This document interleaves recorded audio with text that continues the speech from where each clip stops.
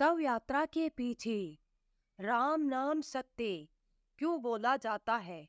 जब तुलसीदास जी एक गांव में रहते थे तो वो हमेशा श्री राम की भक्ति में लीन रहते थे।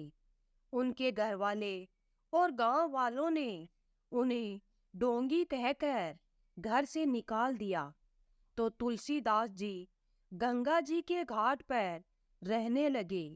वहीं प्रभु की भक्ति करने लगे। जब तुलसीदास जी रामचरितमानस की रचना शुरू कर रहे थे, उसी दिन उनके गांव में एक लड़के का विवाह हुआ और वो लड़का अपनी दुल्हन को लेकर अपने घर आया, परंतु रात को किसी कारणवश उस लड़के की मृत्यु हो गई। लड़के के घर वाले रोने लगे। सुबह होने पर सब लोग लड़के को अर्थी पर सजाकर शमशान घाट जाने लगे तो उस लड़के की दुल्हन भी सती होने की इच्छा से अपने पति की अर्थी के पीछे पीछे जाने लगी। लोग उसी रास्ते से जा रहे थे जिस रास्ते में तुलसीदास जी रहते थे। रास्ते में लड़के की दुल्हन की नजर तुलसीदास जी पर पड़ी तो उसने सोचा, अपने पति के साथ सती होने जा रही हूँ, क्यों ना एक बार इस ब्राह्मण देवता को प्रणाम कर लेती हूँ। वो दुल्हन नहीं जानती थी कि ये तुलसीदास जी हैं। उसने तुरंत तुलसीदास जी को पैर छूकर प्रणाम किया तो तुलसीदास जी ने उसे अखंड सौभाग्यवती होने का आशीर्वाद दिया तो सब लोग हंसने लगे और बोले, अरे तुलसीदास, हम तो सोचते थे तुम पाखंडी हो, लेकिन तुम तो बहुत बड़े मूर्ख भी हो।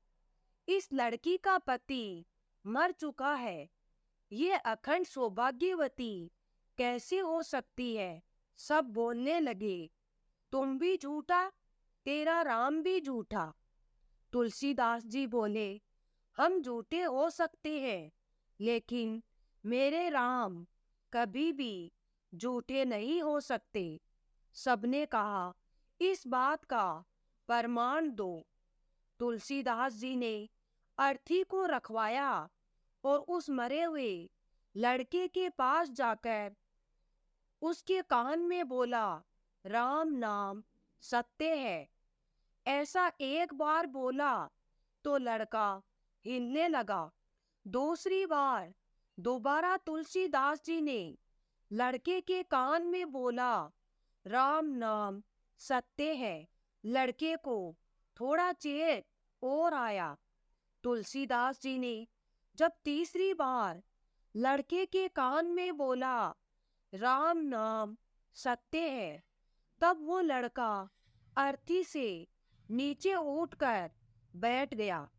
सभी को बहुत आश्चर्य हुआ कि मरा हुआ कैसे जीवित हो सकता है। सबने मान लिया और तुलसीदास जी के चरणों में दंडवत प्रणाम करके क्षमा याचना करने लगे। तुलसीदास जी बोले, अगर आप लोग यहाँ इस रास्ते से नहीं जाते तो मेरे राम के नाम को सत्य होने का प्रमाण कैसे मिलता? ये तो सब हमारे श्री राम की लीला है। उसी दिन से ये प्रथा शुरू हो गई। शव यात्रा में श्री राम नाम सत्य है, राम से बड़ा राम का नाम। बोलो राम राम, तेरे बनेंगे बिगड़े काम।